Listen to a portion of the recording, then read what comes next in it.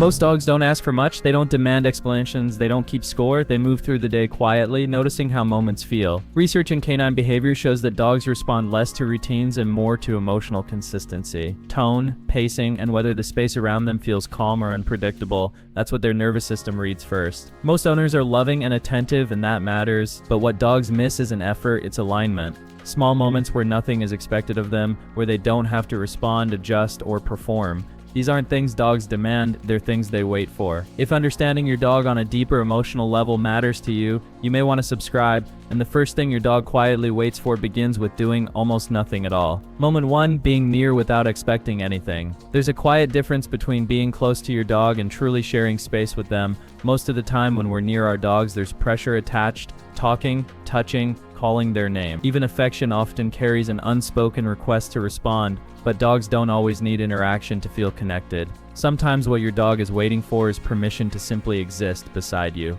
Sitting nearby without reaching out, without filling the space with words, without watching them for a reaction. Just being present in the same room, steady and predictable.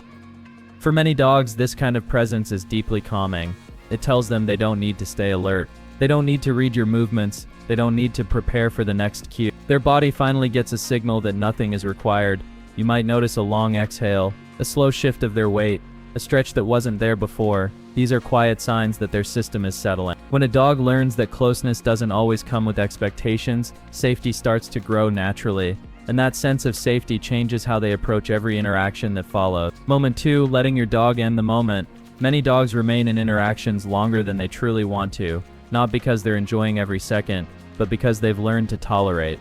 They stay still during petting. They continue play even as their body tightens. They wait for you to decide when enough is enough.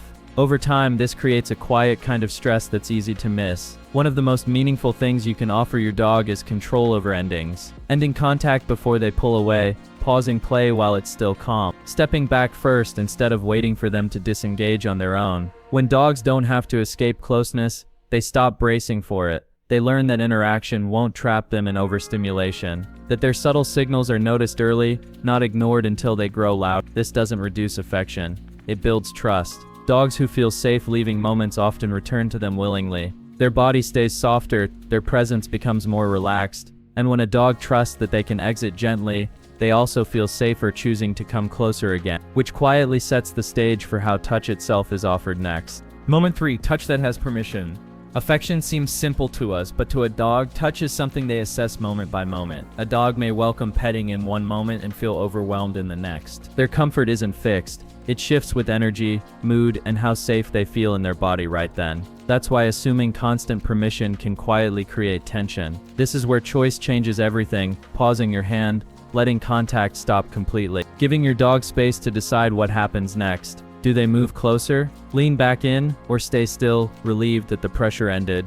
When touch continues only after your dog chooses it, their body responds differently. Muscles soften, breathing slows. There's no need to endure or tolerate. Touch stops being something that happens to them and becomes something shared. Many dogs described as distant aren't avoiding affection. They're protecting themselves from touch they can't control. Once they learn they're allowed to say enough, many begin seeking closeness more often, calmly and confidently, because trust grows fastest where choice is respected, and that sense of agency doesn't end with touch. Moment 4, offering choices without pressure. Most of a dog's life is already planned. When they eat, when they walk, where they rest, which direction they go. Structure provides safety, but when everything is decided, dogs can quietly lose their sense of influence. Even small choices restore balance. Choice doesn't mean letting your dog take over. It means creating moments without pressure, setting food down and stepping back, letting them choose a resting spot, holding the leash without calling or pulling them forward right away. What matters is that the choice is real. No disappointment if they hesitate, no correction if they decide differently, just space to decide safely. When dogs realize there's no consequence for choosing, their body language changes, hesitation softens, movements become clearer.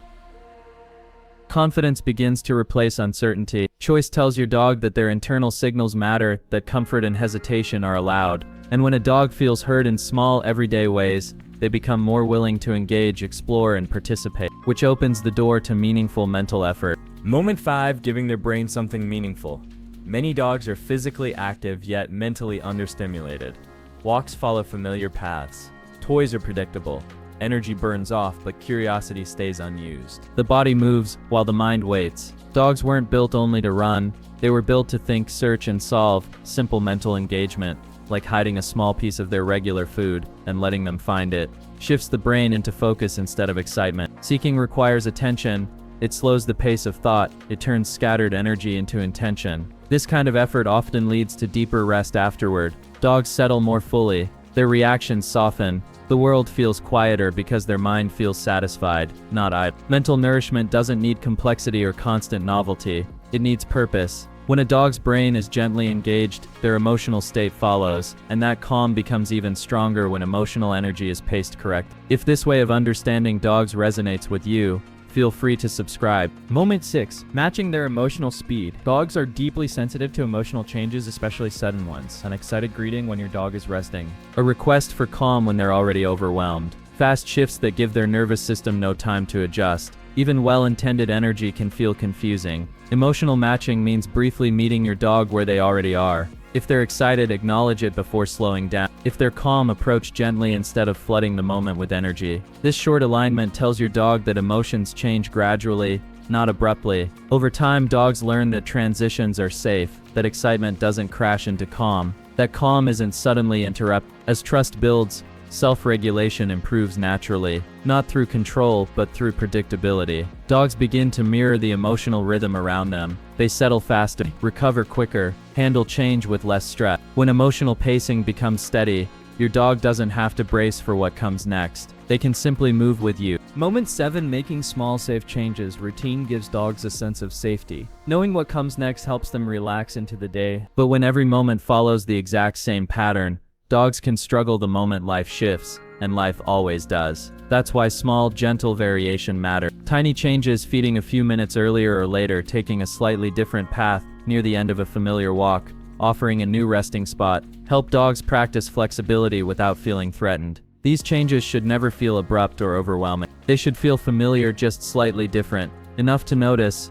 but not enough to create uncertainty. When dogs experience this kind of variation regularly, their nervous system learns an important lesson. Change doesn't automatically mean danger, it simply means adjust. Over time, dogs who practice adaptability in calm ways tend to handle bigger changes with more ease. New environments feel less intense. Schedule shifts don't throw them off balance. Unexpected moments pass more smoothly. Adaptability isn't built through chaos or constant novelty. It's built through small differences layered into stable routines. And confidence grows even more when those routines include a sense of purpose. Moment 8. Letting your dog feel needed. Purpose adds depth to a dog's daily life. Dogs who feel useful often carry themselves differently. Their posture steadies. Their attention sharpens. There's a quiet confidence in how they move and wait.